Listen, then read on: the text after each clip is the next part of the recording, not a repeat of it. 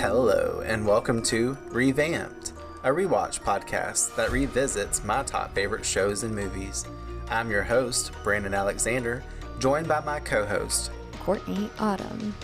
Venture with us as we set our sights on the infamous Hellmouth to cover 90s cult classic, Buffy the Vampire Slayer.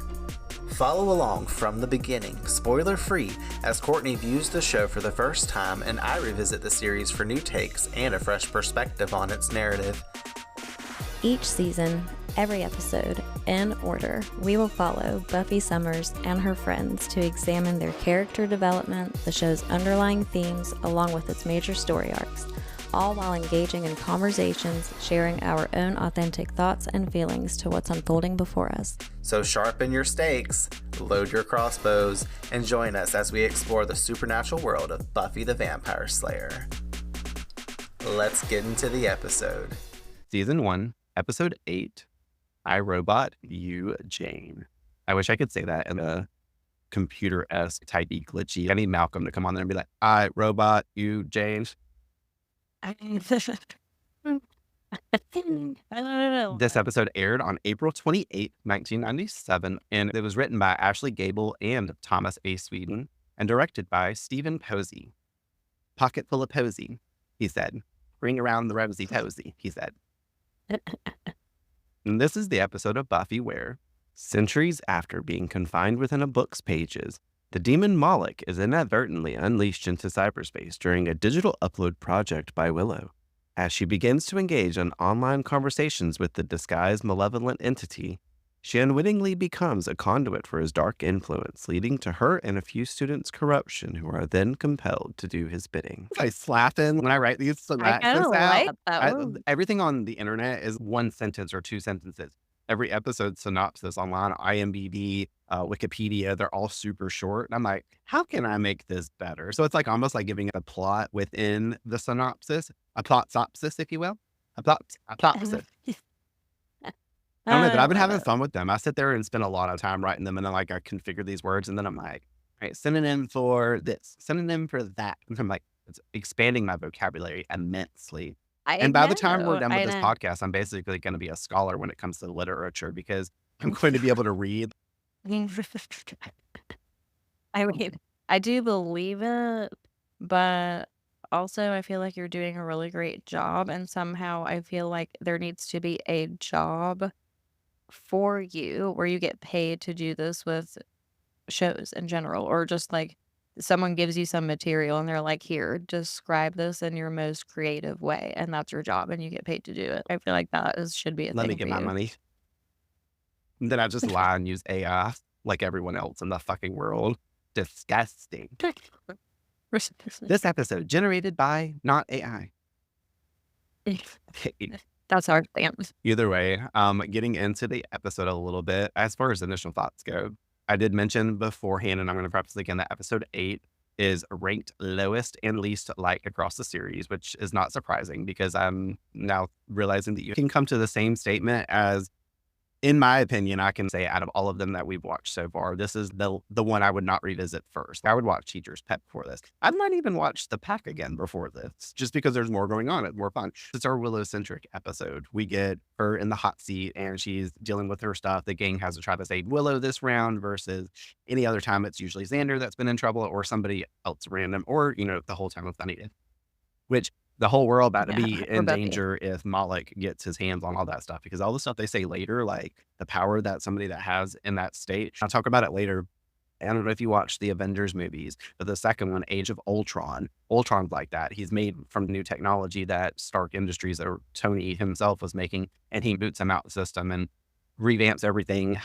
And then he is able to control anything he wants to. So he fucks shit up that whole movie. And it's funny because Joss Whedon, he directed those movies and helped write a lot for it and do all that. And I saw so much similarity between Moloch and Ultron while reviewing this episode, even in the context of dialogue, like in the screen later, whenever Moloch's released into the internet and he's like, where am I? The first thing that Ultron says whenever he is born into the cyberspace or whatever, he's like, what is this? What is this, please? Like the voice is almost the same. I wonder if Joss Whedon used the inspiration from Moloch all these years before Ultron came out. The dialogue that Moloch says in the end of the episode when he's chatting with Willow in the room about his new body, it sounds really similar to what Ultron says to the Avengers whenever he makes his body that first crafts together. He gives a speech that sounds eerily similar. They're just both fumbling around and saying, what does this new world have to offer? I'll put a clip in here and everybody can hear it. Moloch: this world is so new, so exciting. I can see all of it. Everything flows through me. Versus Ultron: Sorry, I was asleep. Or I was a dream. Reboot. Legionnaire has got a buggy suit. Terrible noise. And I was tangled in. So yeah, that's basically what my mind went to whenever I watched it, and seeing the similarities to those, it's pretty cool.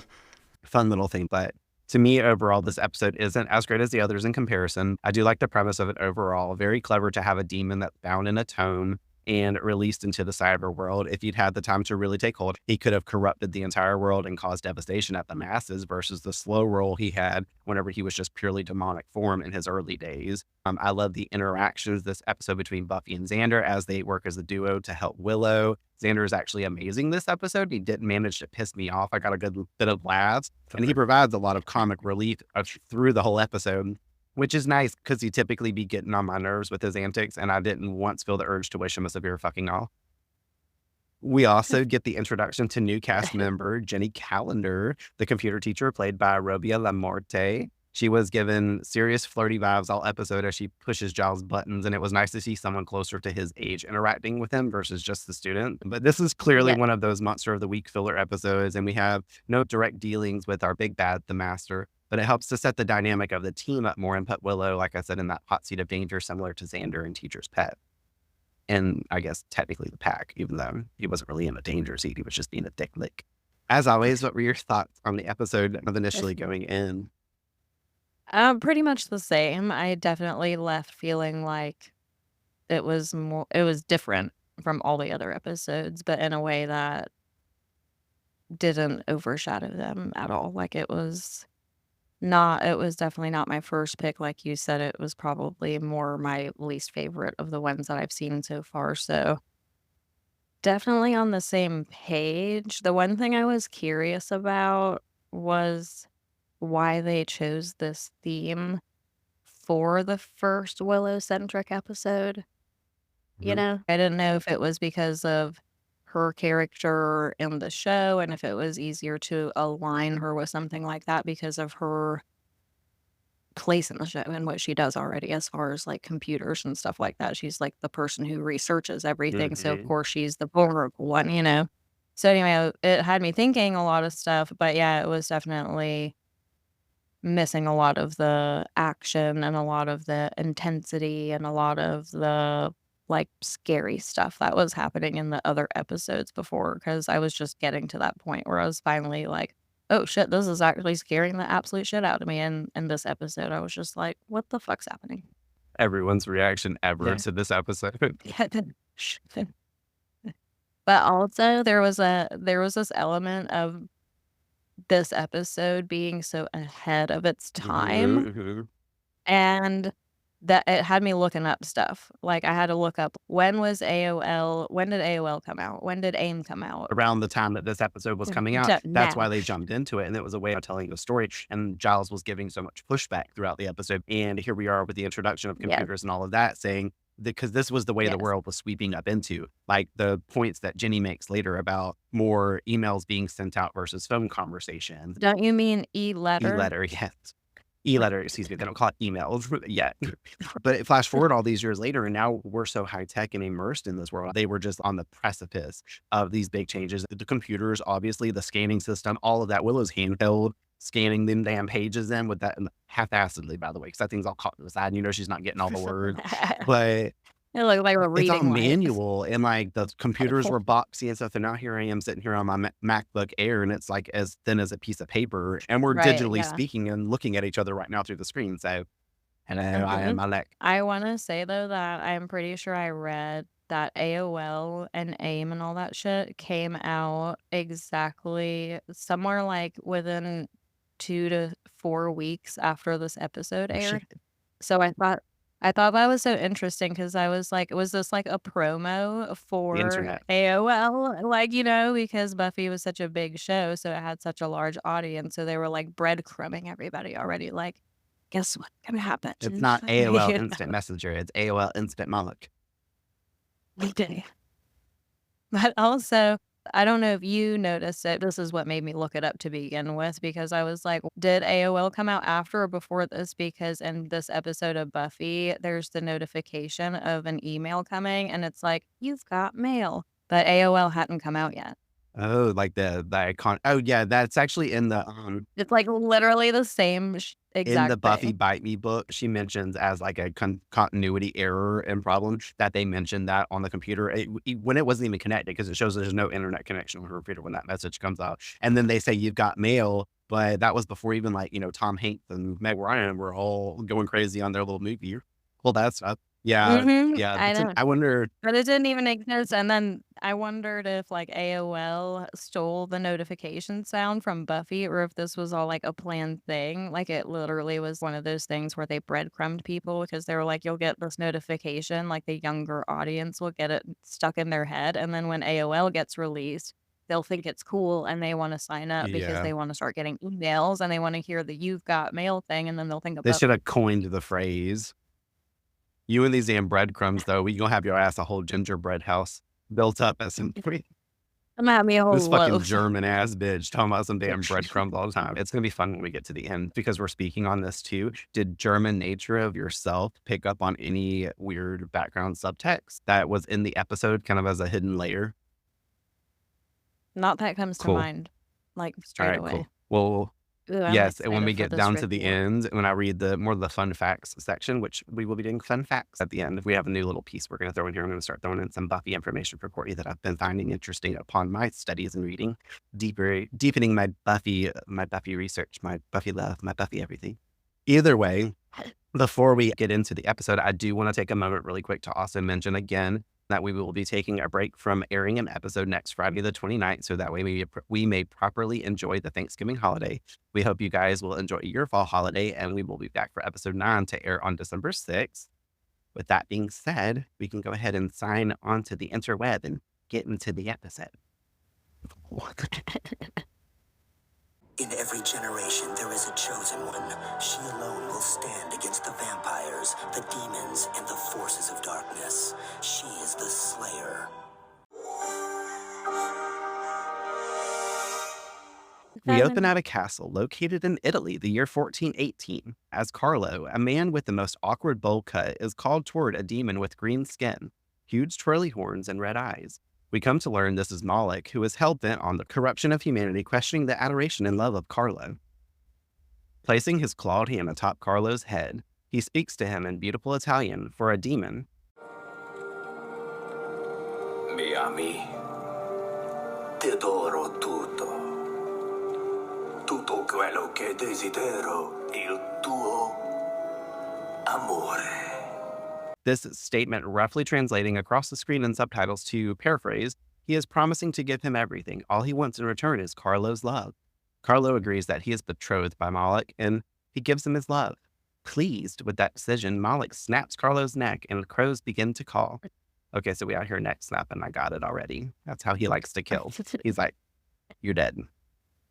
Because he all trying to snap Willow's neck. He get Fritz in the ends, like, poor Dave hanging by the neck. We got a lot of the necks. Decapitation this episode. He doesn't like to sever it all the way. He just likes to cut the circulation off. As and circulation. That's circulation for anybody that needs to know. We're going to always have to fill them in on our abbreviated term.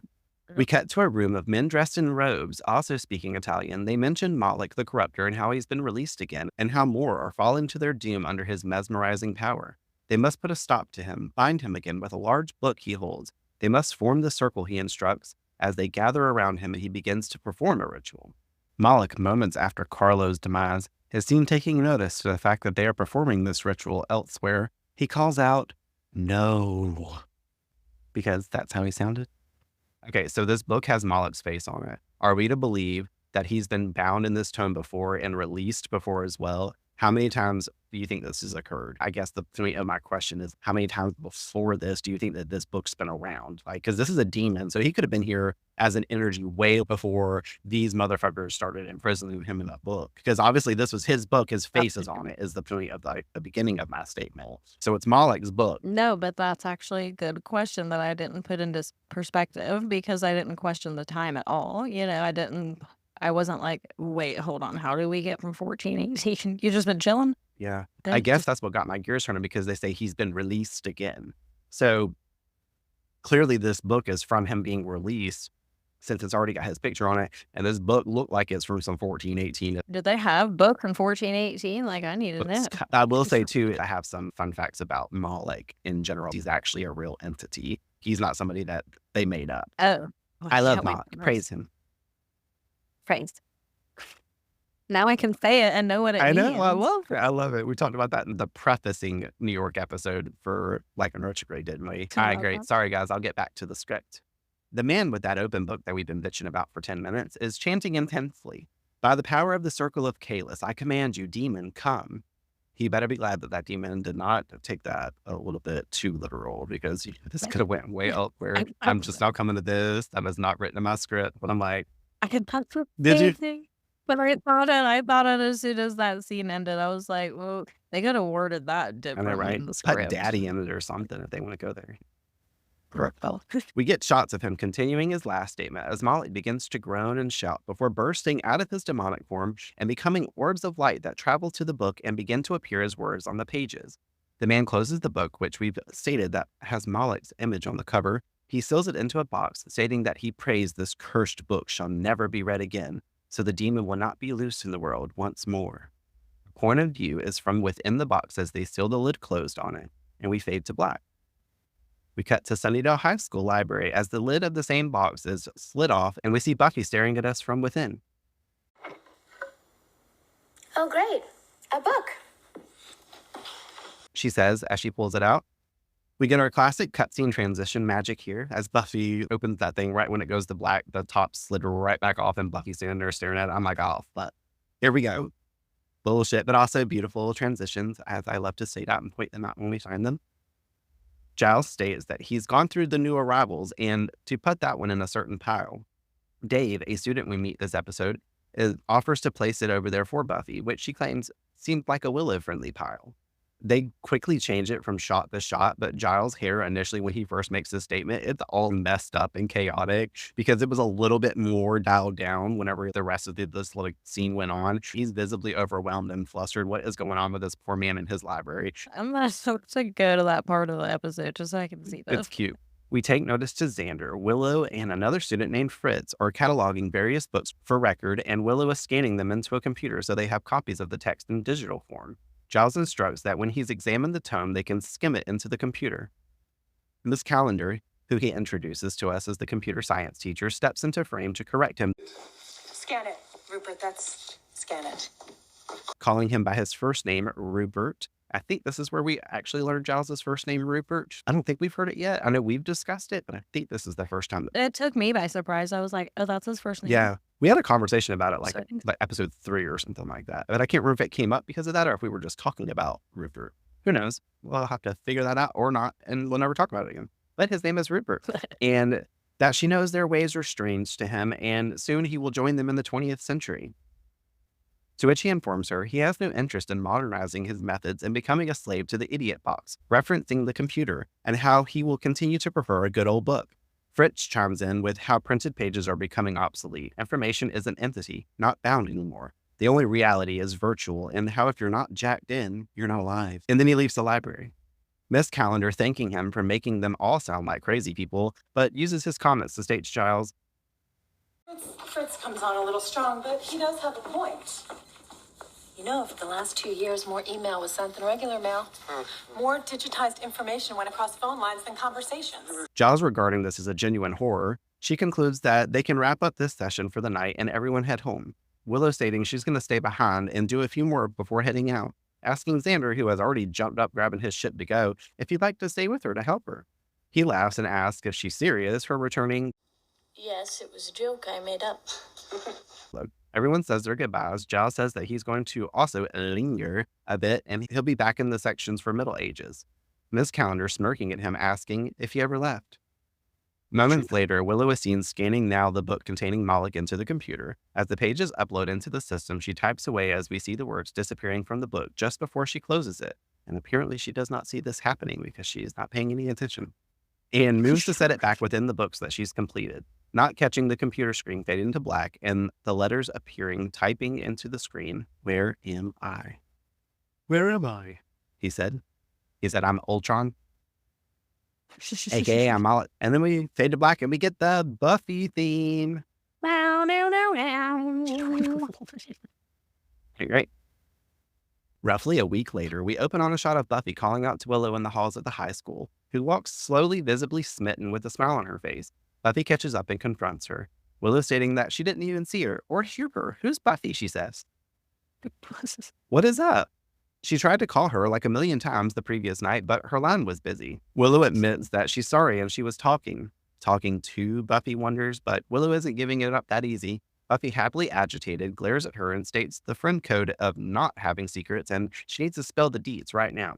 Willow finally clues her in that she's met someone, to which Buffy is so excited and wants her to dish. Willow informs her that they met last week when they did the scanning project. Buffy wonders if he goes to school with them, what's his name, have they kissed yet, and what is this boy like? Willow answering no to a couple of the questions, saying his name is Malcolm and he's very nice. Buffy politely scolds her for not telling her right away, but Willow begins to gawk at how they talked the night before all night, thus sealing the deal on their smitten nature with said Malcolm. Buffy, once again so excited for her friend, asks what he looks like, and Willow just walks off, ending our scene with a shrug of her shoulders and a careless, "I don't know." Okay, Willow, out here getting into online dating, meeting demons up on eHarmony. I'm gonna just safely say that on the digital record and probably on the record of entertainment media, aka TV shows, Willow might be the first ever person documented this way to be catfished. Yes, I talk about it later. This is the birth of catfish. They foreshadowed AOL, they foreshadowed catfishing. What else? I love it. They're the Simpsons, but for Buffy. No, I literally later call Malcolm the original catfisher. Oh, well, Malik, the original catfisher. Where was Neve Schulman? I know, right? As soon as I started talking about catfish and typing all that up, I was like, Courtney was obsessed with that motherfucker in that show back in the day when that was on MTV, right? I still am. It was on Yeah. MTV, yeah. I'm still obsessed with him, and literally Meredith's brother looks exactly like him. And whenever she realized that I was this obsessed with Neve, she was like, "I'm almost afraid that you'll have a crush on my brother because they look almost the same." I'm like, it's not the aesthetic, it's the energy for me. But also, I want his job. How much would you love to just bust people lying to other people on the internet about who That they are? motherfucker kind of skeezy though. He's setting up all this bullshit. I've only seen a few episodes of the show. I think actually a couple of the I love episodes it. I watched with you back in the day. But this motherfucker, he's I want my wife the to be like this. gasoline and matchsticks for fires. Me, yeah, I want to be that all way. Aries. He must be an Aries. That makes sense. He's not. He's a Libra. And you know that, I really do. Courtney. I really do. All right, great time to get you a big I mannequin really with do. Neve's face on it. A sex I'll doll. build you a Malcolm robot with Okay. Neve's face. Oh my God, I'm dead. I'm Okay. so done. You make a fake profile and catfish me so we can end up on Catfish, and then you can just go with it, and you can act like you don't know me and I don't know you, and then Neve will see that we have this podcast together, and he'll be like, "You I catfish got me." you. My name's going to be Xander Harris on the Catfish. You'll be like, no, I don't fuck with people named Xander. No, I need it to be Malcolm. Oh, okay. There you Actually, that would be really funny to concoct all Malcolm of Harris. Malcolm Hare. Malcolm Rosenberg. Malcolm Summers. Oh my God. I'm Mal- done. No, we need to stop. We need to stop.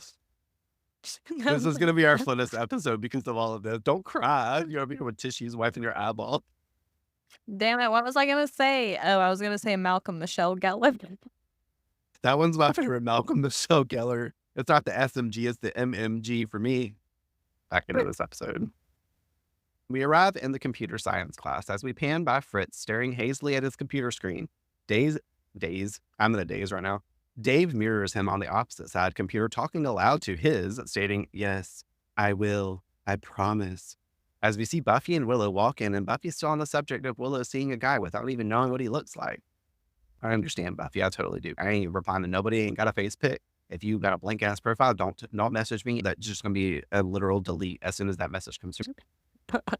You're like, I'm not even going to put these qualifications out there. Buffy is really confused on how this could be. Willow informing her as they arrive at her computer station that she met him online. At this moment, Miss Calendar walks in a frenzy, offering a good morning to her students while carrying a bunch of files. Her morning, most likely frothed coffee, because we know this bitch likes to froth her coffee, removes her sunglasses, asking Buffy if she's supposed to be somewhere, since this is not her normal class period. Buffy stating she has a free period, and Miss Calendar, being the chillest bitch on the planet, tells her that that's cool, but to make her visit short in efforts to not distract the students from lab time. I literally had to write a paragraph in my notes about Jenny Calendar being the coolest teacher ever for this, because most teachers would just be like, you need to get the fuck out of this class. Whether you have a free period or not, you better go sit in the cafeteria, you better go sit in the library, which we know Buffy would love it there, and she's probably there all the time anyways. You better go meet the principal. I wrote in my notes, okay, Jenny, ain't nobody doing work though. They all sitting here talking to fucking 𝙁, some out loud to their computer screens, cough Dave.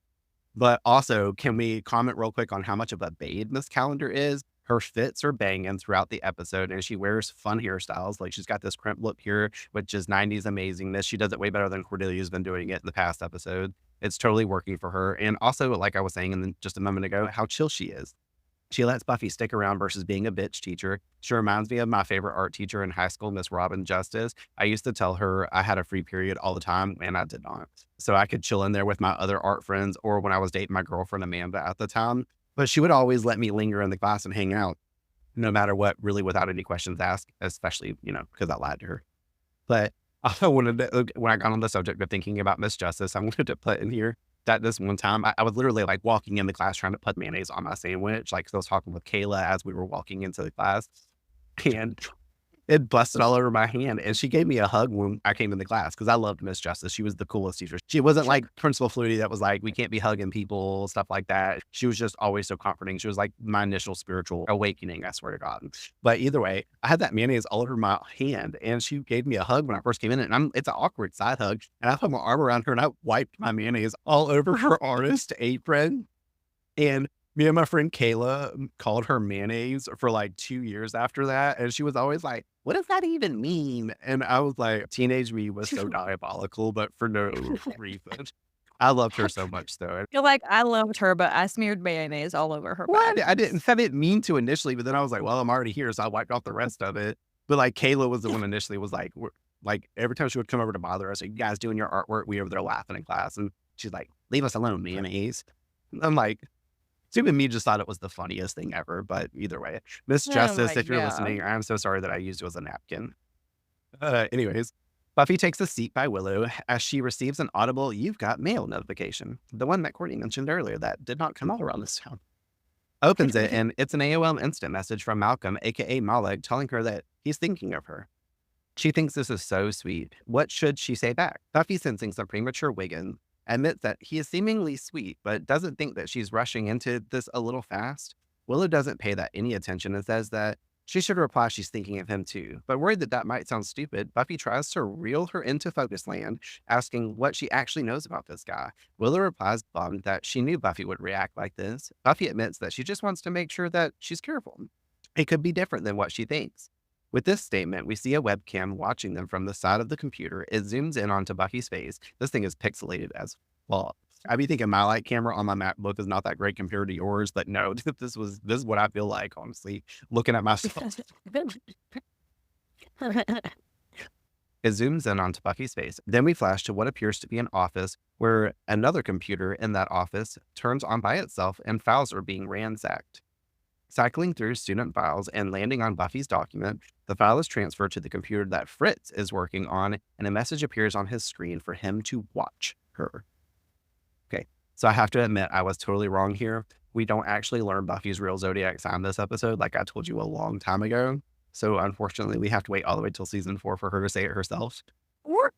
So that way you can really be surprised by it. So you just made that up. I thought, because I know that it comes up on the computer screen, but I also knew that there was an error, and I figured one of the two had to be correct. Now, you probably didn't pick this apart, but I did, and everybody else in the world does that is in the Buffyverse. I thought they eventually got it right, like I said, between one of the two, but no, they fucked up both of them in this episode, so let's chat about it. The first file brought up says that her birthday is 10/24 of 1980, which means that she would be a Scorpio. Not correct. She's the furthest thing from a Scorpio, because I wouldn't like this show if she was. Then the file sent to Fritz says 5679, which would be a Taurus. So like the file he gets is not even the same one we saw on the computer screen the first time. The years don't even make sense because one, well, she was 17 and the other was 18. She's in the 10th grade and she's definitely 16 years old, which means that she was born in 1981 since it's 1997. So the year wasn't even correct on either of them. Unfortunately, neither of these are actually Buffy's birth date. Whoever was making these pages, though, needs to go straight to hell and be fired from the set. Like, we need to get back in a time machine and go back here and kick them off the show, because I don't understand how they didn't catch this. They just did not care at all. And this is in the episode for forever now, but I guess we will just have to stay on the edge of our seat to learn Buffy's real birthday in season 4, when she mentions it. OMG. That's so far away. I'm sorry. I'm going to tell you so bad. Don't Google it, though. I'm gonna, but I want to. I will say I that. got you. It's going to be so rewarding when we finally get to it. You're like, fucking finally. If you don't say fucking finally when we get there, I'm going to be final. Just We're going to like end the podcast there. The episode that it happens in is called Doomed, and we will be doomed. Oh. The podcast is doomed. Just kidding. We'll call it Doomed. Exactly. Back over at the girls, Willow is telling Buffy some facts that she knows about Malcolm Black. His name is Malcolm Black. He's 18, lives in Elmwood, which is about 80 miles from here, and he likes me. Buffy questions his appearance again, Willow saying basically not everything has to be about looks, Buffy agreeing and stating back, but what if he has a hairy back? Willow shrugs off the possible horror and comments how maybe she doesn't match his ideal looks either. Buffy, being the best friend, consoles her that she's once again just looking out for her and says she's glad she's met someone. Miss Calendar has a quick interaction with Fritz about how he and Dave have been logging a shit ton of computer time. He states that he's working on a new project, and she asks if she should be excited. To which he just states ominously, "You'll die." I'm like, oh god, they're gonna kill Jenny this episode. We just met her. They're trying to kill her. Outside in the courtyard, a student sits on some steps complaining about how his computer is not matching up with his work, as if someone's been going through and messing up his files. Just as Willow walks by him, proudly smiling as she moves forward, Xander appears behind her and covers her eyes with his hands to play Guess Who. This is a no-duh for her, so he drops his game, asking if they're going bronzing tonight. She politely declines and is going to call it an early night. Xander, guessing that that means Malcolm time, says that he's heard of her boy toy adventures and that she's going to miss out on the plans he had to sit around at the bronze and make fun of all the people who won't talk to him. It's okay, Xander. We're a part of that crew too, because we over here still eyeballing you from episode 6. She smiles at him and rushes off, saying, "That's nice. Have a good time." I feel like I should just pat him and runs off. She's like, "Peace out, motherfucker." He's like, Buffy steps into frame by Xander, saying that she's certainly looking perky, identifying Willow as such. Xander concurring, her rosy yet happy cheeks and bouncing her step, and also how he doesn't like it. He then asks if Buffy is going to the bronze, but immediately answers for her, saying, she's probably got some vampire slaying to do, and how everyone leaves him hanging. Well, look what you did 2 episodes ago. You'll see when people don't hang out with you. Oh, wait, nobody remembers this, though. It's a delusional world. Joyce's world. Buffy laughs, and the two walk together as she comments playfully on how Xander is jealous Willow's attention is directed away from him. Xander also is curious and speaks with Buffy on what's up with Malcolm, admitting that he's also got a case of the weekly wig. I mean, what if he's what we would today call a catfisher? Buffy gets his point, and he goes on a tangent about how people meet online all the time, and it's great at first, but ends with axe murder. Buffy, alarmed at Willow's potential fate, snaps back into reality, telling Xander he's getting them all riled up and that they shouldn't overreact. In this scene, when Buffy smacks Xander's shoulders, you see both her hands smack him, and I want to say, because beyond ring watch, we got a silver bubbly ring up in here. You know, I love to watch for these bubbly rings, and this one's silver. We cut to a quick scene of Fritz with his eyeballs basically kissing the computer screen, with it cycling through glitchy animations and several pages on its own. He sits in front of it, repeating incessantly, "I'm jacked in. I'm jacked in. I'm jacked in. I'm jacked in." We're like, shut the fuck up, Fritz. I ain't got to tell Xander to shut up this episode. We're going to be all on your trail. As he cuts into his arm with the letter M by a craft knife. For real, do we suspect that Fritz is possibly jacked in? Perhaps. It's now the next day at school, and we see Buffy in the girls' locker room strapping up her shoes as Willow rushes in and begins to change at her locker. "Hey, late girl," Buffy calls out. Willow returning that she totally overslept. Till 5th period, Buffy asks, aka all day, why even come to school at that point? Don't most schools only have like 6 or 7 like periods? I feel like we had 6, and like the 7th was sometimes homeroom if we went to it. But like there's 6 periods. You skip school till 1:30 in the afternoon, and y'all get out at 2:20, and you shut up for gym, Willow? Like, How long are your no. classes? Sunnydale is a fucking just a paradox of like confusion. And Buffy wonders if it's because she was talking to Malcolm last night. Willow eyes light up at the sound of his mentioned name and smiles big, telling her, yeah. Buffy just stares at her, and Willow's smile fades quick as she looks puzzled, asking Buffy what's with her expression. Buffy goes on to say that she doesn't mean to, but it's just not matching up to Willow behavior, and it's not like her. Buffy is the master of seeing through the red flags. We got to get Buffy to like school us on everything, because good job for her noticing Willow is out of character, adding to her suspicions on this relationship not being best suited for her because it's displaying her like negative qualities, because this is not normally how Willow would be acting. But as always, Buffy connecting dots already and putting these things in her head. Willow replies, not like me to have a boyfriend. He's boyfriendly, Buffy asks, noticing that they've got labels now. Willow takes a seat and says she doesn't understand why Buffy doesn't want her to have this. It's not like boys chase her around on the rag, guilting Buffy for not being happy for her. Buffy once again displays her care for Willow and how she just thinks that they should meet each other in a well-populated area with some friends. Willow goes on that they really care about each other, angrily stating, so big deal if I blow off a couple of classes. Buffy retorts, I thought you said you overslept. Willow pointedly telling her, Malcolm said you wouldn't understand.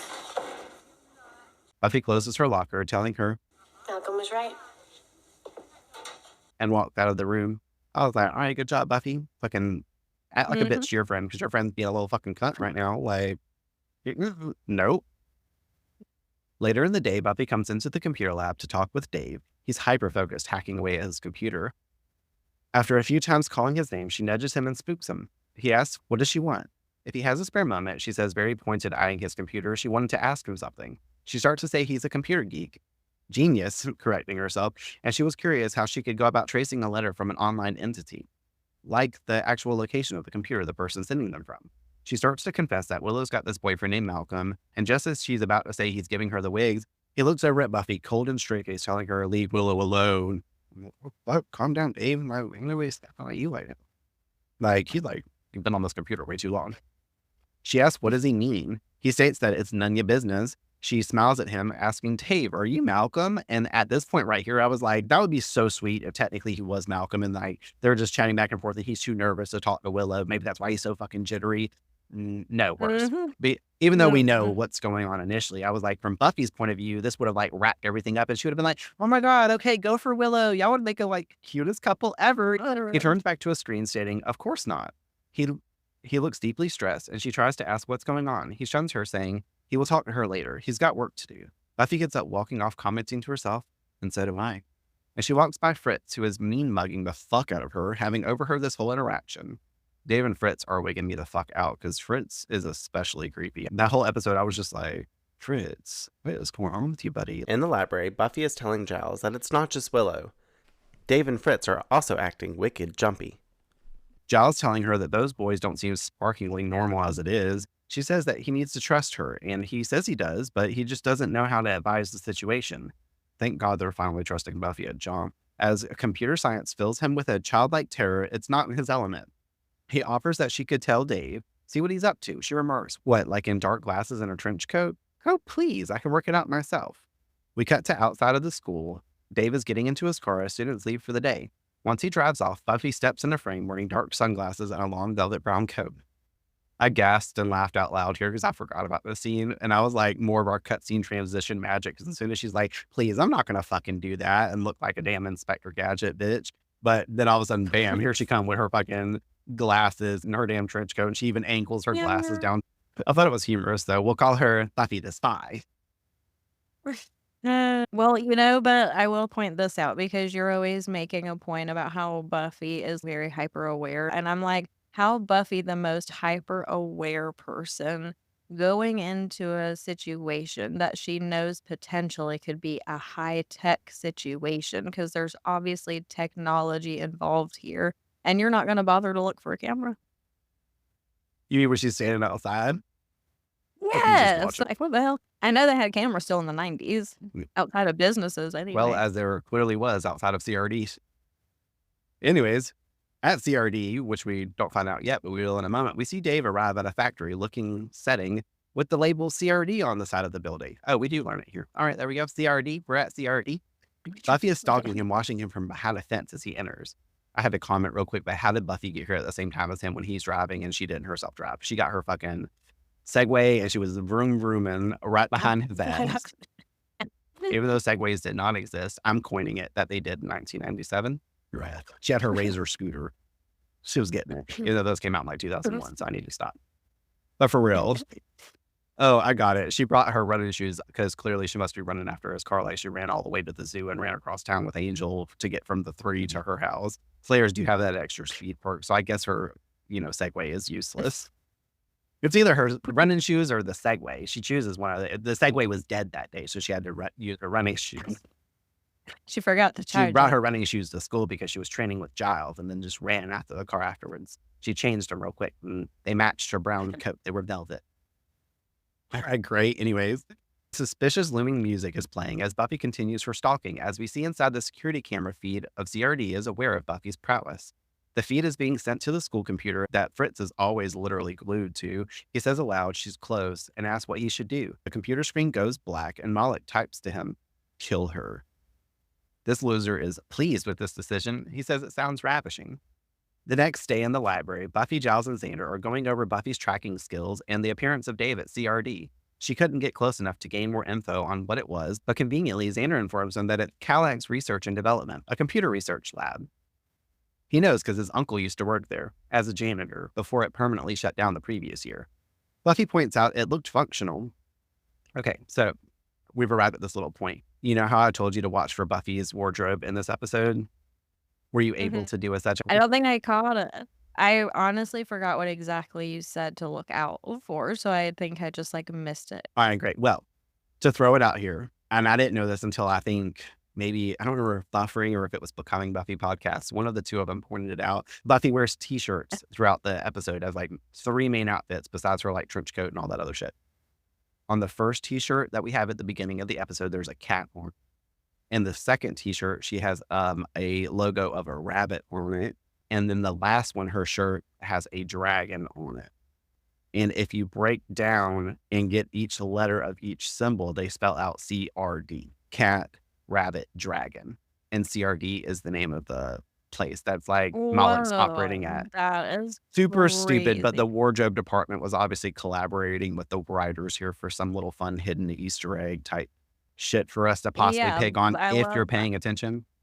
But I don't even think I would have dissected it that far down. I would have still been like, what did you make me For look sure. I mostly just wanted you to have seen the shirt, especially with the fact that I brought your attention to it and all that good stuff. But it's just interesting that they did it. I was look at them. Next time, though, I will. Next time you want to play that game with me, try it again, because now I see what you're doing. I see how deep the layers are going here, so I know. I don't know that they do as much, but if I find out something and I have this game to play again, we will play and you will win. Giles says that they still need more info, Buffy wondering what Dave has to do with it, since he is off the chart smart. They comment on how the company would have been on the news if it was reopened, so something deaf might be going on, Buffy states. She can just tell something is wrong, though. Her spider sense is tingling.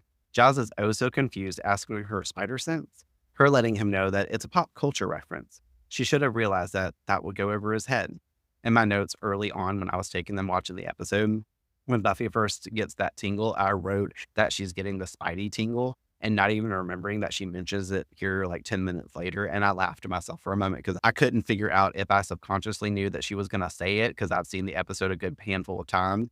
But I didn't initially think of it at all when I wrote it in my notes because Buffy was cluing in. Like I said, she's always connecting the dots. But I was thinking to myself, her Spidey sense is tingling. And I thought it was really ironic that she ends up saying it this episode. Also, love the Marvel references. We always getting something about Spider-Man. So I'm curious if Spider-Man is one of these bitches' favorite damn Marvel Universe superheroes. But this is the second episode in a row mentioned because he was mentioned last episode whenever the Master had that quote about responsibility that we talked about from Spider-Man. So either way, Giles notates that they're still at a standstill. Short from breaking into the place, Buffy jumps up excited saying, "Breaking in? This is a plan. This is the plan. We're doing this." Giles is like, I wouldn't even finish talking. Xander saying he's free tonight. Tonight it is, Buffy replies. Giles starting to tell them that he didn't suggest that they illegally enter the, what once again, somebody cuts him off as Jenny walks into the library. He stops and changes his words as if they had been talking about books and such. Jenny senses something's up with a sly look and says that she just came by to check on the new database, make sure his cross-reference table isn't glitching, guessing that he hasn't gone anywhere near his fucking computer since she left, or even check on it, or use it. He smugly tells her that he's still sorting out the chaos that she left behind. She looks over to Buffy and Xander and calls them out for always being there, and how they both seem to really dig the library. Buffy nervously shrugs and says, We're literary. Xander crossing his arms, muttering out, To read makes our speaking English good. Buffy, realizing his stupid nature, grabs at him saying, I'll be going now. Giles says that they'll continue this conversation later. Buffy says that she thinks they're done. Motioning Xander out by his arm, scolding him for his not-so-clever remarks, and him admitting that he was panicking. Jenny breaking the fourth wall, you're noticing that these bitches is always up in the library. Also, Buffy bitching Xander out, leaving the library was absolutely funny to me. I was laughing at this, and this was like where I started to like low-key like Xander a little bit again, because I do like their dynamic this episode as they try to rescue Willow. It was reminiscent of them working together in the harvest whenever he follows her down the tunnels for Jesse too. It's like getting back to that, like, she's going to actually let them help, as she said in Witch. She's letting them come along, I guess is what I'm trying to say now, to help out with them versus her being more reluctant and being like, no, I have to do this alone because I'm the Slayer. Now she's enforcing her friends as like part of her utilization team, you know? Is this only the second time that Willow's been put in a position to be saved, like even in passing? Because even though it wasn't like, around that whole situation in that episode of The Harvest where they have to go save her from that random dude that's like wearing the outdated clothes. That was actually Welcome to the Hellmouth. Because Oh yeah, that was Welcome which to is the the, Hellmouth. they're both the same episode technically. It's one big episode. But Technically, yes. Yeah, I forgot about that. I actually made the comment earlier about this is like Willow's been put in the hot seat before, but technically Willow was the first hot seat because she was the first one that Buffy had to go try to save. Not even damn Xander's bitch ass. Yeah, because I guess it's making me realize it now because Xander and Buffy haven't been alone in like a situation together to have to figure something out since then. I don't think it's usually either the three of them The or whole it's like gang. Willow and it's Xander or Giles. I don't know, No, that's worth pointing out. I didn't even pay that attention, and like that just like brought me to a whole new thing. I was like, hey, hold up. In the computer lab, Willow was seen chatting with her lover Malcolm. He tells her that he's never felt this way about anyone before. Her returning that she knows what he means, adding she feels like he knows her better than anyone. This mofo says back, I do. Willow begins to ask if she thinks that they should meet. He replies, they should, soon. She states back that she's nervous. He tells her that he's not, and isn't that strange? Willow goes on to mention how that's what Buffy doesn't understand, how comfy he can make her feel. Then he makes a simple mistake that Willow takes notice to. Buffy just makes trouble. That's why she got kicked out of her old school. Willow grows confused, asking how did he know that? He tells her that it's in her permanent record, and that she must have mentioned it. Willow, cluing in that she did not do as such, says, I guess. He replies, let's not worry about her anymore. Willow, slightly triggered, says that she has to sign off. She will talk to him later. He replies, don't. She just says bye back and shuts off the computer, leaving the room. Willow is starting to catch on here, and now her spidey sense is also tingling. She is smart, and she knows damn well that she did not say anything as such, and she's cluing into this suspicious activity.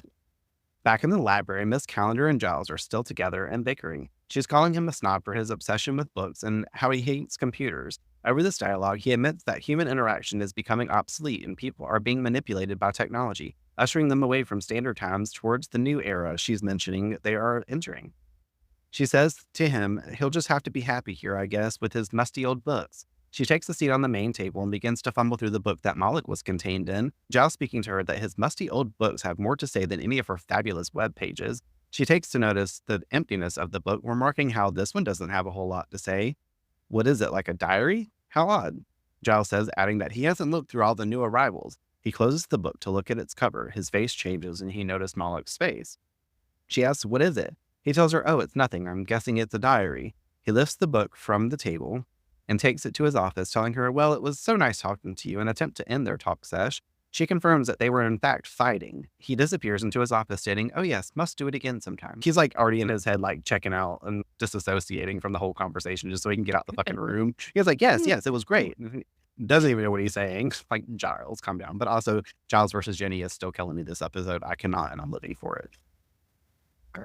Meanwhile, in the courtyard, a nurse walks with a man declaring that she's checked someone's files and no listings were in it about him being allergic to penicillin. Another wacky occurrence taking place on the interwebs. I don't know why Malcolm's going up here and deleting stupid shit. Out here fucking deleting files out this one student's computer so he doesn't have his history project anymore. Either that or everything's just glitching up because he's in the internet and it's making shit fuck up. Maybe. But Buffy is back behind them and is met by Dave calling out to her apologizing for her strange behavior the day before, chalking it up to little sleep and such. But then he tells her that Willow was looking for her. She states good because she needs to talk to her anyway and asks if he knows where she was.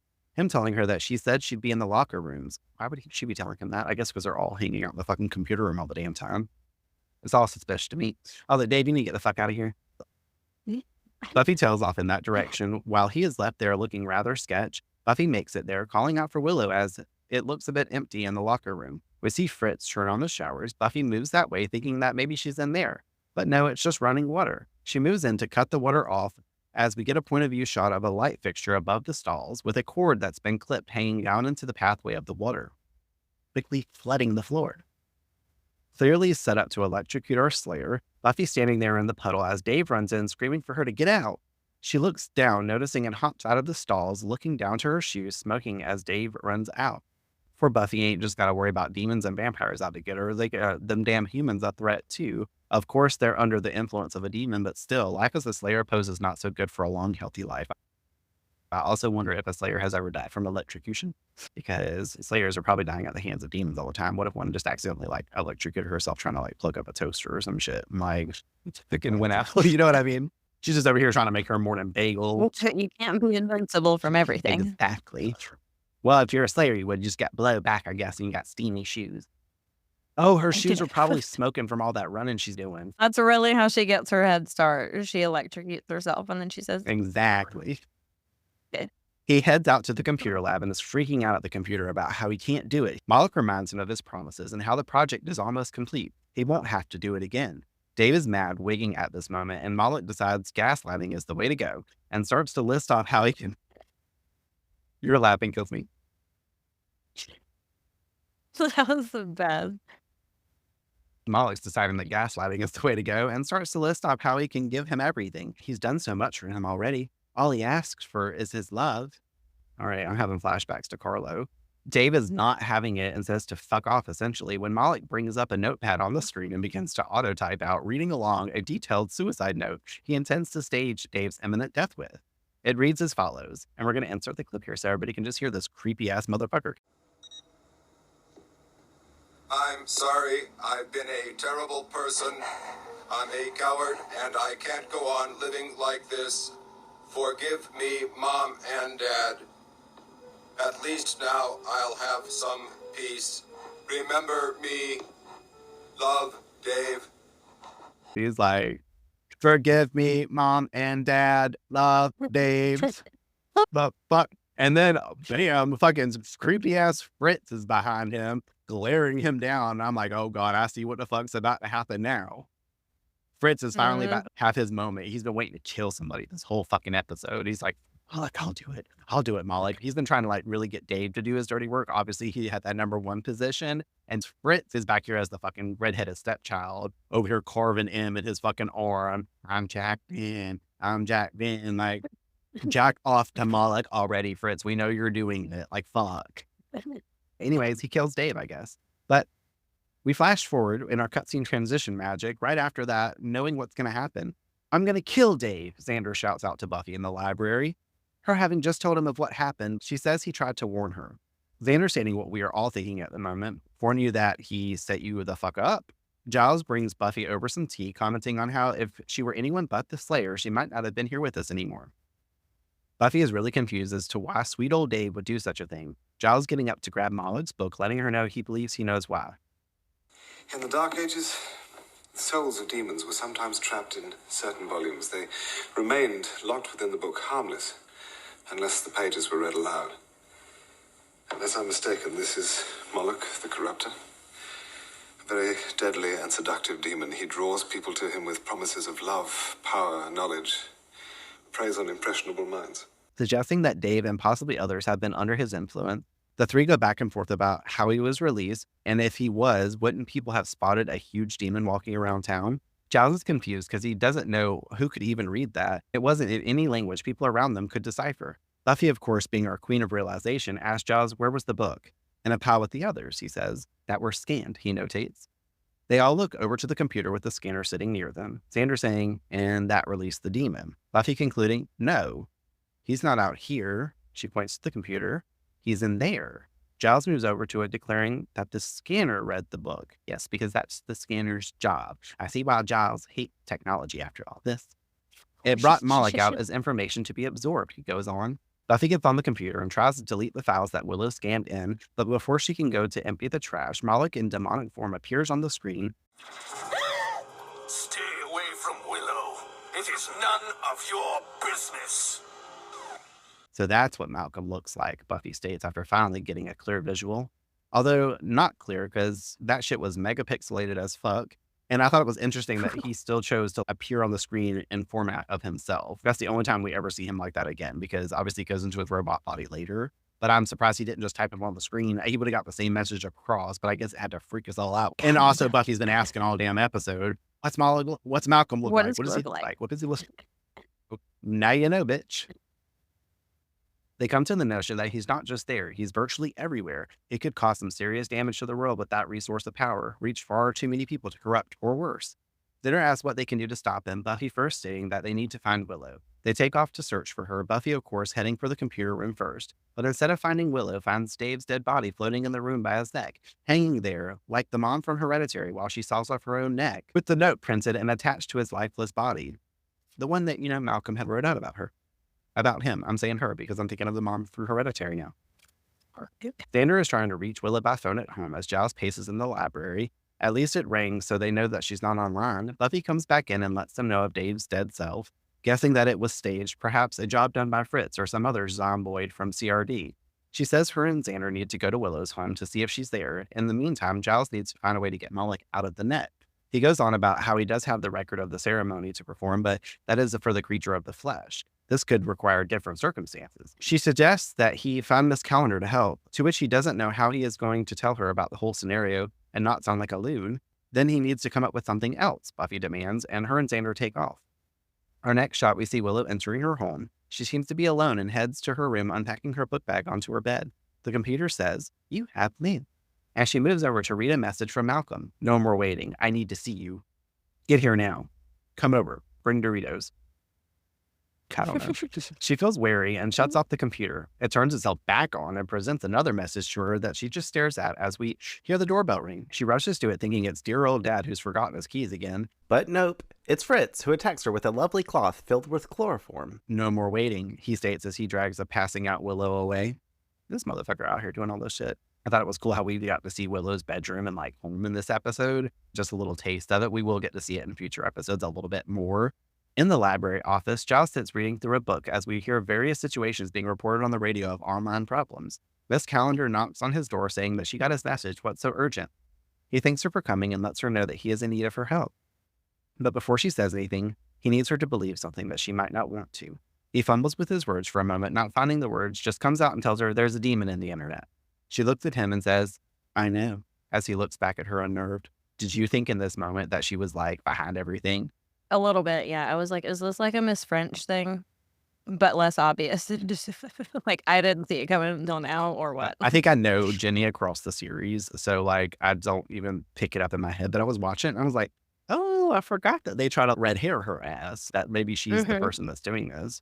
Or it was especially since she's so tech savvy and all this other stuff. And usually the new introduction of the person that takes the theme of the show that's not in the initial cast is usually the one that's somewhat responsible, or with the pack it was the group of hyenas or whatever, and then it's always She's the fab these villain. new so I definitely thought that for a second. I was like, oh shit, but I didn't think it at all up until that point. So it would have actually been a pretty cool plot twist to do if they did do it Yeah. that way, because people would have been like, wait, for a second I really didn't see that coming. Literally.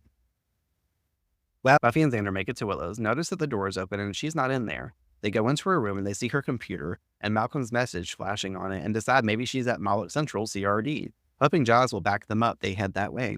We cut back to the library. Giles is now asking Jenny how she knows. She goes on about, Come on, there have been portents for days. I mean, power surges, online shutdowns. You should see the bones I've been casting. I knew this would happen sooner or later. I mean, it's probably a mischief demon, like Kelkor or... He informs her it's Moloch, and she knows exactly who that is. Giles is perplexed by her lack of surprise, asking, "Who are you?" She clearly states she's a computer teacher at a local high school. Him retorting, hardly a profession that lends itself to casting of bones. She calls him a wrong snob. She lets him know that the realm of the mystical is not limited to ancient texts and relics, that bad old science made magic go away. The divine exists in cyberspace, same as out in the real world. He asks if she's a witch. I don't have that kind of power. Techno-pagan is the term. And how there are more of them than he would think. He ushers her out of the room, exclaiming that she can definitely help him then, letting her know of the rituals he possesses to rebind the demon. She sits at the computer saying she hopes she can help put him back in the book. As the phone rings, it's Buffy and tells Giles that they couldn't find Willow at home. It looked like there was a struggle and they were going to go to CRD. He tells her him and Jenny are going to try to get him out of the net, as she gives them a quick tip to hurry. I have a sticker that's on my computer, and I've had this on here for the last 6 months. I told you about how I got that 50 pack of stickers for Buffy, and this was one of the stickers. And since it's computer related, I put it on my computer. And it's cute because it's a little sticker that says techno-pagan on a 90s style computer, and it's got the little pinnacle on there and the little fucking mouse and shit. I thought it was cute. I mean, literally, I put on my notes. My notes are on my phone for this episode because I was watching the episode on my projector in a dark room. But I literally put the laughing, crying emojis after I wrote out techno-pagan because, first off, I've never heard of this term before. But also, I was like, I can't deal with the term itself because I'm just like, isn't there just something else that we could call that that's not lame? She's a technological pagan. So I don't know. I was thinking techno, like if we're talking techno, techno music pagan. I'm like, you're talking about being a high-tech pagan. Exactly. Maybe. I guess, I don't know. That should not be the term, Jenny, I guess. But I thought it was cute. We finally see Willow again, waking up from being passed out. She is in a technologically savvy room, a techno-pagan room, filled with computer screens and gadgets. Just as she sits up, we hear Malcolm's computer voice revving up and a screen glows before her as it tells her aloud, "Welcome, my love. I can't tell you how good it is to see you." A metallic hand grabs through the screen from behind and we see Moloch in a body but of new form, deeply robotic, aka like the premeditated 90s version of Ultron from the second Avengers movie I mentioned earlier. "With my own two eyes," Malcolm finishes. Malcolm. Okay, we officially Moloch at this point. Willow utters Malcolm's name under her breath, looking disturbed and sad. Fritz and a lab-coated man move over and grab Willow, bringing her over to him. He continues that the world is so new, so exciting. He can see all of it. Everything flows through me. He knows the secrets of their kings, but nothing is as valuable to having form again. To be able to walk, to touch. He reaches out and grabs Fritz's head. As Willow looks on in horror, he twists his head, snapping his neck. "To kill," he finishes his statement. Outside, Buffy hops the fence gracefully as Xander awkwardly falls over behind her, howling in fear as he drops. They move to a back door, which Buffy kicks open, gaining them entrance. "Here they come," Malcolm says, looking up and over at the ceiling. I guess he's looking through the computer screen over at the ceiling. I don't fucking know what's going on. Or he's just I don't know. He just pauses and looks up the window. He's like, "Here they come." I guess he just knows it in his head. So that's him doing a head tilt or some kind of fucking weird shit. I don't know. But I wrote here for real. His quick monologue sounds like Ultron stuff and statements I said earlier. That was just in my notes, and I'm going to bypass it a little bit since we already basically talked about it at the beginning. But then I also wrote in here how funny Xander was in this moment whenever it shows Buffy hop the fence all gracefully. And then 2 seconds later, he falls and crashes to the ground. I busted out laughing I have never before. I was like, that's what you get, Xander, first of all. But of course, she's doing everything flawlessly. And then here comes Xander, fucking everything up and falling and smacking his face on the ground. I was like, all right, great. Shit was funny, but that's the stuff that was making me laugh at Xander this episode. But also, we're still in episode 6, so we're you deserve exactly. It. Cutting to the library, Miss Calendar lights candles and says, "Okay, so the first thing we have to do is form the circle of Kalis, right?" Giles saying if it's just the two of them, it'll be more of a line. She replies, he doesn't get it. They have to form the circle online, and how she's reaching out to her techno-pagan buddies in hopes that they will respond to set up a virtual circle at different locations surrounding them in the world. Also in hopes that Moloch doesn't figure out what they'll be doing until it's too late. Giles agreeing. Back in the labs, Willow goes on about how she doesn't understand and what does he want from her. He wants to give her the world, he states, because she created him. She released him from the book. He wants to repay her. She's so not enthused at his lies. By lying to me? By pretending to be a person? Pretending you loved me? To which he exclaims that he does. In the same moment, Buffy punches a security guard out in the main desk, and they catch a glimpse of a monitor with Willow talking to the robotic Moloch, and they head in that direction that they hope they are, I guess, because how do they know where they are? I have no clue. They make it outside of the room that she's in, but the doors to the area go into lockdown, and toxic smoke begins to release from the walls. This is so dramatic right here. Like, Buffy barely push on that door, and they're like, we can't get in, but Moloch's watching them on damn cameras. He's like, hold on, I got some fucking gas from y'all. Did this CRD place, a computer tech savvy place, already have built-in smoke? Or can he like channel chemicals from somewhere in the fucking building to make a smoke? Wild. But in the library, we see Miss Calendar's friends logging on and connecting to her, surrounding her, creating and forming a geographical circle around her location. Giles comments on why they can't just upload a virus to stop Moloch, her stating that he's seen way too many movies. But also, this is a supernatural universe, so why couldn't they just do that?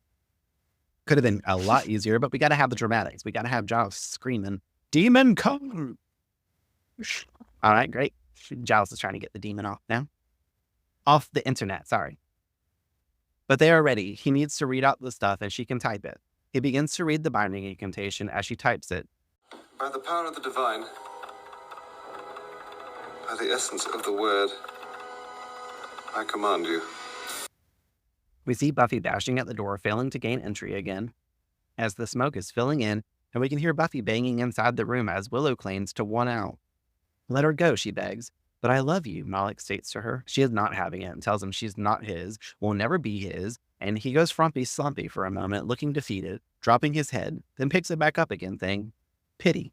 I was like, she all made him sad. He said, "Ooh," and like powered down for a second. I was like, oh, she defeated him. Nope. He's like, fuck you then, bitch. I'm going to kill you. I'm going to break your little neck off like I did everybody else. Yeah. Giles continues in the library. By the power of the circle of 𝑘, I command you. Correcting Jenny on the computer. That's spelled 𝑘 with a K. Because apparently she's writing that with a C maybe. I don't know. Xander is passing out in the hall. Buffy looks to be growing weak as we see Moloch grabbing at Willow's head, about to crack that shit up, as Giles calls out, "Demon, come!" There we go, we got it. Moloch releases Willow's head and starts to grab at his own. He feels the ritual taking hold of him, causing him to be distracted from Willow, as Buffy manages to get the door open and runs in, giving him a hard kick to the chest. She falls back. "Guy is made of metal," she states. Well, duh, Buffy, there's this big-ass fucking metal creature standing in front of you. Moloch is screaming, "He won't go back, no!" as Giles heavily and loudly screams again, "Demon, come!" Once more, the computer at the library begins to spark and flash multiple colors. Swirling sounds are heard as we assume Moloch is being expelled from the net. The computer stops smoking and his calendar states, "He's out of the net. He's bound." They look to the book that is still empty. He's not in the book. Well then, where is he? As we see, he's still residing in the robotic body now permanently. His eyes all glowing red and shit. I was like, oh fuck, he's still there. Xander, Buffy, and Willow have escaped the room, running around the facility, being chased by workers. They seal the doors to block them, but when they move back through the hall, Moloch bursts through the wall, smacking Xander down. This motherfucker Kool-Aid Man through the wall. You remember all the videos from like the 90s come through tomorrow? Oh, yeah. I was like, he must be bringing Willow because he knows Willow's favorite little juicy juice Kool-Aid gusher things that she was drinking in the episode 3. Smacking Xander down, he moves in towards Willow. Buffy blocks her and begins to fight him as he yells at her about being trapped in this shell when he was omnipotent. He is angry at the control that he's lost. Willow distracts him for a moment from Buffy. She hits him with an oxygen tank. She goes off on him. Malcolm! Remember me, your girlfriend? I think it's time we break up, but maybe we can still be friends. He knocks her from her hands, slings her across the room and into Xander, faces back to Buffy and states that this body is all I have left, but it's enough to crush you. Buffy looks around, knowing she can't take on this metal armored body, notices a box on the wall behind her labeled high voltage. She moves, positioning her head in front of it, tells him to go ahead and take his best shot. He rears back and charges the fist at her. She ducks and his hand slams into the voltage box, sending shockwaves into his body. Eventually, it combusts and explodes his body into multiple parts. His head falls to the floor at the three's feet as they huddle together in a corner. The next morning, Miss Calendar is greeted in her classroom by Rupert. We're going to call him Rupert whenever she's with him because it just sounds better, I think. She jokes with him about being scared in her world, and he's never even been in that room before. He jokes back that he is remaining calm, but thank you very much. He came by to return what looks like a dangly spiral earring she left in the library. Perhaps when the swirly wind of dispelling Moloch was taking place, he offers a quick goodbye and turns to head out as she comments he can't get out there fast enough, can he? Just so that way he'll linger for just a moment more so she can bitch at him. He turns back once more and admits that he's a bit more anxious, even more so now than he used to be. Her taking this moment to remind him it was his book that started all the trouble, not a computer. He sighs, understanding the validity of her statement. She asks him, what is it that bothers you so much about computers? The smell, he states simply. Computers don't smell, she replies. I know. He starts to describe that. Smell is the most powerful trigger to the memory there is. A certain flower or a whiff of smoke can bring up experiences long forgotten. Books smell musty and rich. The knowledge gained from a computer it has no texture, no context. It's there and then it's gone. If it's to last, then the getting of knowledge should be tangible. It should be smelly. I think that whole section Giles says is beautifully and poetically stated because you can just tell the real compassion that he has towards books. And I was like, good for you, Giles, but also you should probably get a computer because you're going to need it in 2024. She smirks and comments on his old-fashioned boy nature. He admits, well, I don't dangle a corkscrew from my ear. She tells him, That's not where I dangle it. and we're like, oh, shit, that's not where you dangle it, Jenny? Where you dangle it from? What kind of piercings you got? His face saying he's pondering perception this time and totally intrigued and probably a bit turned on. Outside, sitting at the fountain, we get our closing scene with our core 3 members. Xander's asking about the bronze tonight, getting normal back on track. Buffy agrees that sounds fun. Shrugging Willow, who looks a bit defeated, they try to remind her of fun. The one that involves smiling, fun. She's still having permeating thoughts of Moloch, and how the one boy that really liked her was a demon robot. What does that say about her? It doesn't say anything, Buffy consoles her. She starts to go on again about how she thought she was really falling, and then Buffy cuts her off. Hey, did you forget the one boy that she's had the hots for since her arrival turned out to be a vampire? Xander then chimes in, right? And the teacher that I had a crush on? Giant praying mantis, giving a huge smile of shame. I love how we get our first flashback callback to teacher's pet. Willow smiles finally and tells him that is true. And she's comforted this, and I feel so happy to see Willow smile again because she was so sad. Yeah, it's life on the Hellmouth, he states. Buffy adds to their discussion with, let's face it, none of us are ever going to have a happy, normal relationship. Xander replying, we're doomed. Our favorite. As they in unison laugh together, just like we just did. But then the reality of their statement hits, and they all stare off blankly and awkwardly back to the quiet silence that they set in that we had found them in. We fade to black, and here endeth the episode. Rest in peace, Malcolm. Oh, we did. We did it. We made it through the lowest rank episode ever. I think we had fun here, though. There was a few moments that were just especially our hysterics, we got dropped into. We had to make it fun somehow. I mean, at least it opened up a good space for that. It was a lot of laughter because you could really take none of it too seriously. None of it seriously. Not some of it, all of it too seriously. Yeah, that's yeah. fair. This episode definitely is a little bland, but it has good moments across it, as you were just saying, which I basically stating in our opening thoughts as well. But only thing I can really add is that this has now given us a little moment with relationships for 3 members of our gang. We've all seen them now kind of cycle through their first dating trial and error, because that's basically what they're all having is trial and error, all having the problems existing in this space, standing alongside Buffy and living on the Hellmouth. I guess this is what dating on the Hellmouth really is like. I do also really love the introduction of Miss Calendar, as I said earlier. We know now that she's in the world within and can now be of aid in some way and help out. Hopefully we'll see her again in the future. Which, again, I touch base on. It's nice for Giles to have someone his age to interact with, so that way he's not just always hanging out with these kids. So at least whenever maybe Jenny's in the room with them and they're all just cooped up in the library all the time, or just thinking that they're all fucking losers like Cordelia thinks, I guess. But once again, problems of the Hellmouth. But speaking of the Hellmouth and its attractant, this damn book happened to gravitate to this specific location. And after all those years is where Moloch is released again. I am totally not surprised at it. Moloch really did have to be pissed off in the end, though, because he had more power this go around than any other time that he was released from this book. I'm thankful that he was bound back in his body form this time around, too, because unlike him needing to be bound into a book in his past, this time we had a Slayer to kick his ass and put a stop to him for good. So there will be no more Moloch. Literally for good. The world is safe from his toxic lies and corruption. With this being the follow-up episode to Angel, which was like a dramatically different episode than this one.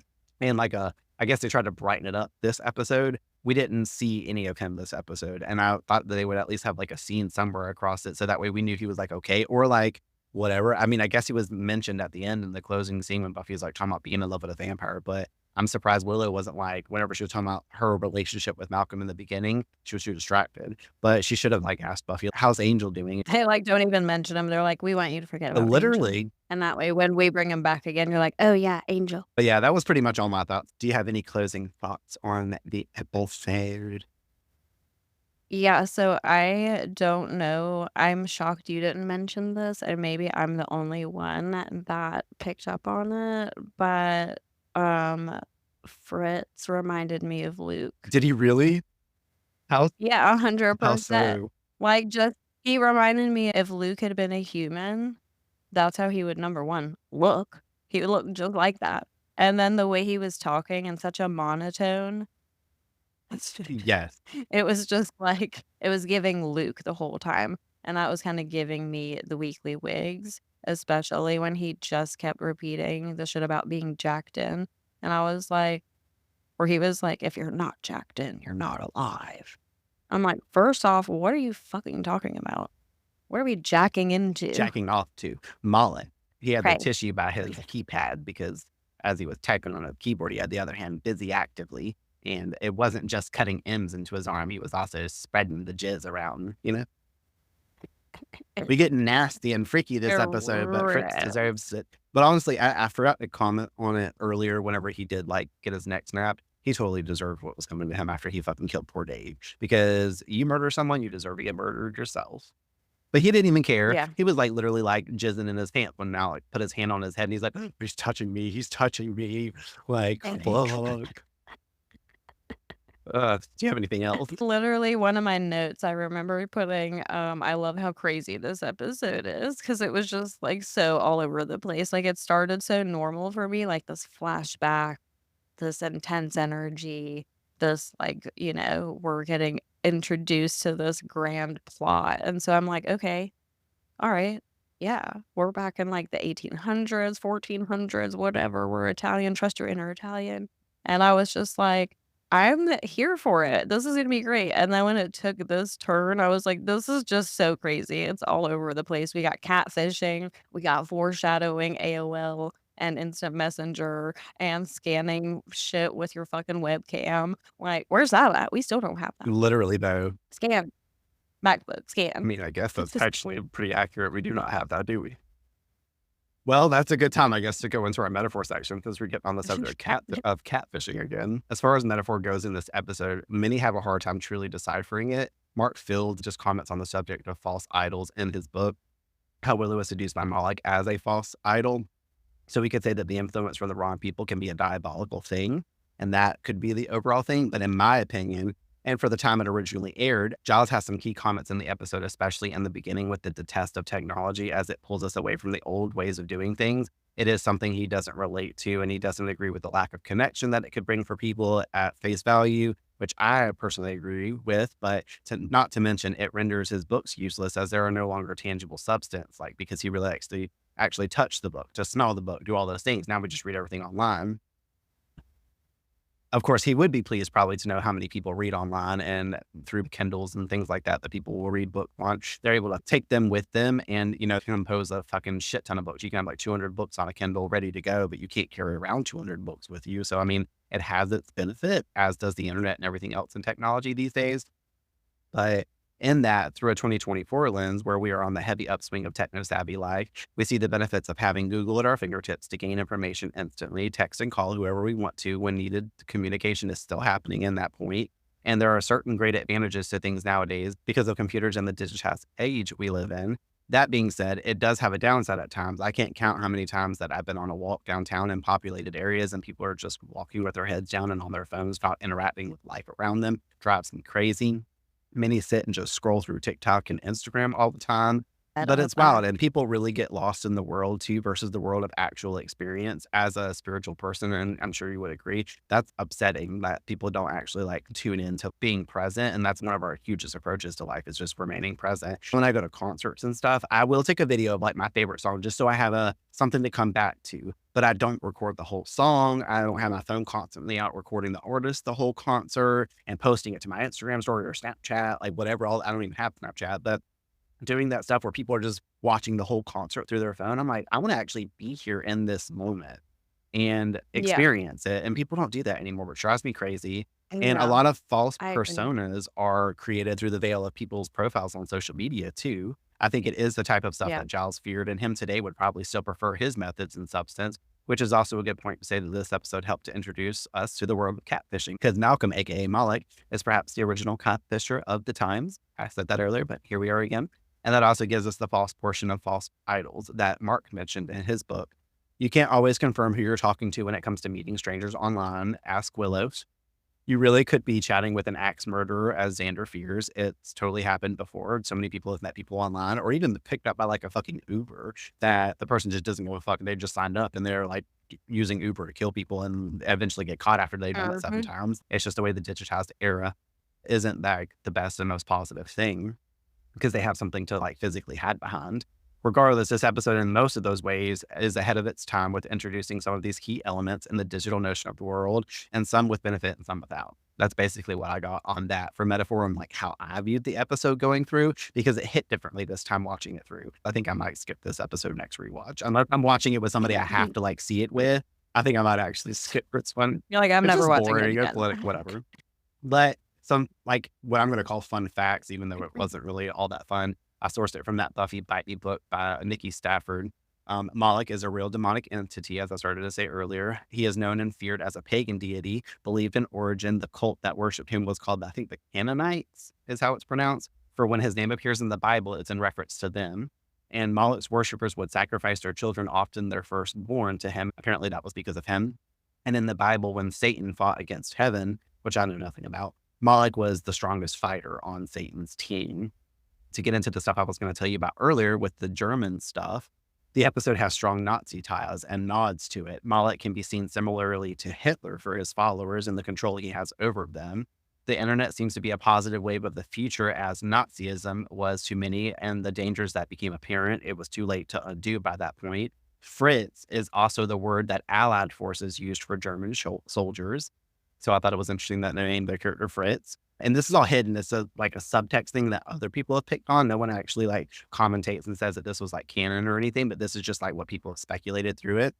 But it's like portrayed across the whole episode. Buffy is almost killed in a shower, which is, you know, like the showers that people were like fucking fumigated and killed and stuff in. I don't know history like that, but I know showers had something to do with like the gas chambers and all the other stuff that was going on. The gas chambers. But Buffy and Xander also become trapped in a gas chamber in the episode. Yes, I'm so glad you just had that moment. Yeah. But yeah, they were trapped in that, like the gas started coming in and they were like, what the fuck? So all those are just like subtle references to that. So and not to mention Moloch also targets Willow, who I don't know if they've said it yet, but she is a Jewish girl. So it's like hardcore. That's why I was like surprised. That's just crazy as shit. I mean, I knew something because also like the name obviously stood out because it's very German. Fritz is a German name. So of course, like that part stood out to me, but I would have never went there. I mean, maybe if I thought about it long enough, because now that all these little things that we're picking up on, like the gas thing, Willow, like, yeah, okay, now it makes sense. That's crazy. I never That's so noticed it. And when I read it in that book, I was like, oh shit, especially like you said, the gas part. That was when it clicked me. I feel like we need to do a rewatch after this where we dive even deeper into the episode, since there's so many layers apparently that they're hiding from us all. Like, what the fuck? No, Moloch's gone and so are we from this episode. I wrote in here also for the last fun fact. I forgot there was one more down here. I scrolled down a little bit. The intro of Miss Calendar. She was not originally intended to be a recurring character. She was actually just going to be in this episode and then they were going to be done. But the banter between her and Giles showed a spark of chemistry and the writers liked it. So they decided to further her story. So we will be seeing Miss Calendar again in the future. I'm going to spoil it. But I made that comment earlier about how she's like a good aid to the team and all that stuff, whatever. She Right. will be in future episodes. So I like to have her here. Welcome. We're glad they kept you, Jenny, because you're going to be good for Giles. If anything but keep him on his toes, you know? We Let's like get into our that. actual fun section of the episode and close out. All right. Great. What's your quote of the episode? My quote and my weekly Wiggins are the same thing. And it's literally the part where pixelated Mala comes up on the screen and is like, stay away from Willow. It's none of your business. And I'm just like, out of all the things you could have said, you had that whole moment to deliver. And that's what you said. He What? stomped his feet and walked off the street like a pouty He's teenager. But also, I wanted to follow up that like I said earlier, I took these notes on my phone. So I was like kind of typing fast. And of course, because weekly Wiggins isn't an actual word, my autocorrect kept changing it. So I added to my notes, also add to my weekly Wiggins that my phone autocorrects Wiggins to wiggling. With the weekly wiggly. So it's like weekly wiggling. My quote of the episode, I have two. First was Willow's statement at the beginning, which I fucking love more than anything. That's why it's got to be number one. When she asked Xander if he wants to hang out with her and stick around. And he's like, are you kidding? And she's like, yeah, it was a joke. I made up. And then my second quote is the ending quote from the trio and their doomed relationships, because at the end of our stuff, we close out with the doomed quote from Giles. And they say it themselves too. And I never really paid attention that they say that they're doomed in this too, but they actually say it a lot throughout the show. And I'm like clicking in my head now. And I'm like, doomed is a literal factor of this whole series. We're just going to sum up the whole metaphor for this whole show and the theme of this series as doomed. Because they're all doomed. They're always in a shit show. Every episode, some bullshit's happening. Some demons coming in trying to take over. Buffy's having to slay. Buffy's doing this. Buffy's doing that. We're going to see more dramatic things in the future. And it's all going to get wrapped up. But that brings us along to Shining Slayer, who is shining effortlessly for you this episode. Well, it's a toss-up between Giles, because he, of course, summoned the demonic entity back. So because of that, first hat goes to Giles, but complete hats off to Buffy, because I was watching the scene where she's fighting the Transformer version of Mala. Robots in disguise. looking like Bumblebee. And anyway, I didn't know how she was gonna get herself out of that situation. And as Brandon always points out, Buffy is so observant and noticed that damn fucking power box or whatever right behind her. And she was like, oh, I know exactly what I'm gonna do. Resourceful. And that was badass, because I did not know how I was like, there ain't no taking a stake to this thing. You can't like kick it to death. Unless freaking Darla coming back with 2 guns from the dead. Like, I don't think that this thing is gonna die. Oh my God. The Darla drop. Oh no. Poor Darla. Except not because she's a demon-ass vampire. She deserved to die. Angel? Okay, well, I guess that helps out. So I really thought that was going to go another way. I didn't think you were going to choose Buffy. My second half of mine is Giles, because he got the demon. He read the book and like all the things. My first spot, Shining Slayer, was Jenny Calendar. I'm just going to read out what I wrote in my notes. Jenny Calendar and Giles. Mostly Jenny, because she performed the spell and helped Giles to realize the book was empty to begin with. Otherwise, they wouldn't have figured this all out and been able to come full circle. Plus, she's making new guys at Giles all episodes, so I think the title is deserved for her. But then Giles, obviously, because they work as a team together, so it's them as a duo, because the fact that they both work together to get the demon out of the net. So there we go. And you've already given me your weekly Wiggins. So my weekly Wiggins was the computer reading off that message to Dave in the room. Forgive me, Mom and Dad. Love, Dave. But I was like, that's fucked up. Like, the damn suicide I know, notes. but I'm just like, why are you letting it finish reading it? She like, I put 2 and 2 together, 3 words, and I would have been out that room. I would have turned around and seen Fritz all of 3 minutes ago standing there like, no, you Right? better go. And he was in the corner when he walked in anyways. He was too busy worried about, like, I'm busy worried about Molly. Sorry, Dave, it was your fault. No, I'm just kidding. What's that? But either way, my overall weekly wig, speaking of his motherfucking ass, is got to be Fritz, because he was giving me the wigs all episode, as I've talked about him every chance that I could and hated on him. He was basically my fuck off standard for this episode. So either way, my Slayer predictions for you, though, because of the flirtation going on, do you think that something comes from those flirty vibes directly sent out from this calendar to die? Yes, 100%, especially now that I know that she is going to reappear. I was hoping that would be the case because, like you said, about them picking up on their chemistry and that being the overall reason why she was kind of cast again. I'm like, yeah, no shit. I feel like you can be a great actress or actor, but that is some real chemistry, I feel like. I feel like that was some true, genuine chemistry. And I was really happy because, like you said, it throws in the mixture of Giles having just someone his age around and that having a new normal place instead of him just being surrounded by teenagers. But it also adds this new side of him where we get to see like this potential other more emotionally involved and like softer, more vulnerable Giles. So I'm kind of curious and excited. That brings us to a close on iRobot, You Jane. Let us know what you guys thought of this episode. Does the tale run true for you? Is it on the spectrum of lower ranked episodes for you guys as well? Write in and comment to us, giving us your shining Slayer and what gave the weekly base. We want to know, as always. Thanks for everyone listening, and I hope you enjoyed this one as much as possible. I can't believe we're only 3 episodes away from the season 1 finale, though. We look forward to having you back for next episode where things get a bit weirder than usual. We have a talent show, a demon trying to harvest organs, and odd moments of ventriloquism in episode 9, The Puppet Show. Without a doubt, going to be a fun one. I told Courtney to make sure that you get super stoned for this episode before you watch it. Just like go in at hell, I'm going to do the same thing so everybody can know when you go in to listen. If you smoke weed or are pro cannabis, as we are, I'm not telling you to get high. And if you're underage, do not listen to me either. Hopefully you're in a state that regulates it, so this can be super, super legal of a suggestion. You all get high too. Either way, it's without a doubt going to be a fun one. So we'll see you guys back here when that one airs. Until then, have a blessed holiday break and Thanksgiving. Don't eat any cricket sandwiches. No cricky sandwiches. All right, great. I don't know what I'm saying anymore. This has mushed my brain up, Bly. I'm done. I'm out of here. I'm out. Thanks for tuning in to this episode of Buffy on Revamped. Remember to join us next week for a new episode release as we continue our journey through Sunnydale. We also would like to hear from you, so share your thoughts. Discuss with us your perspectives on this or previous week's episodes by following us on Instagram and sending us a DM at revamped_rewatch podcast. Or by emailing us at revampedrewatchpod@gmail.com.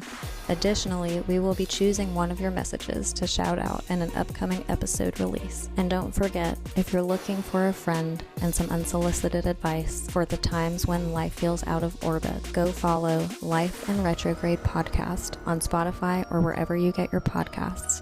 Until next time, the Earth is definitely doomed. This podcast is dedicated to the Buffyverse, to its fans, and my sister, Tiffany Dawn Pearson.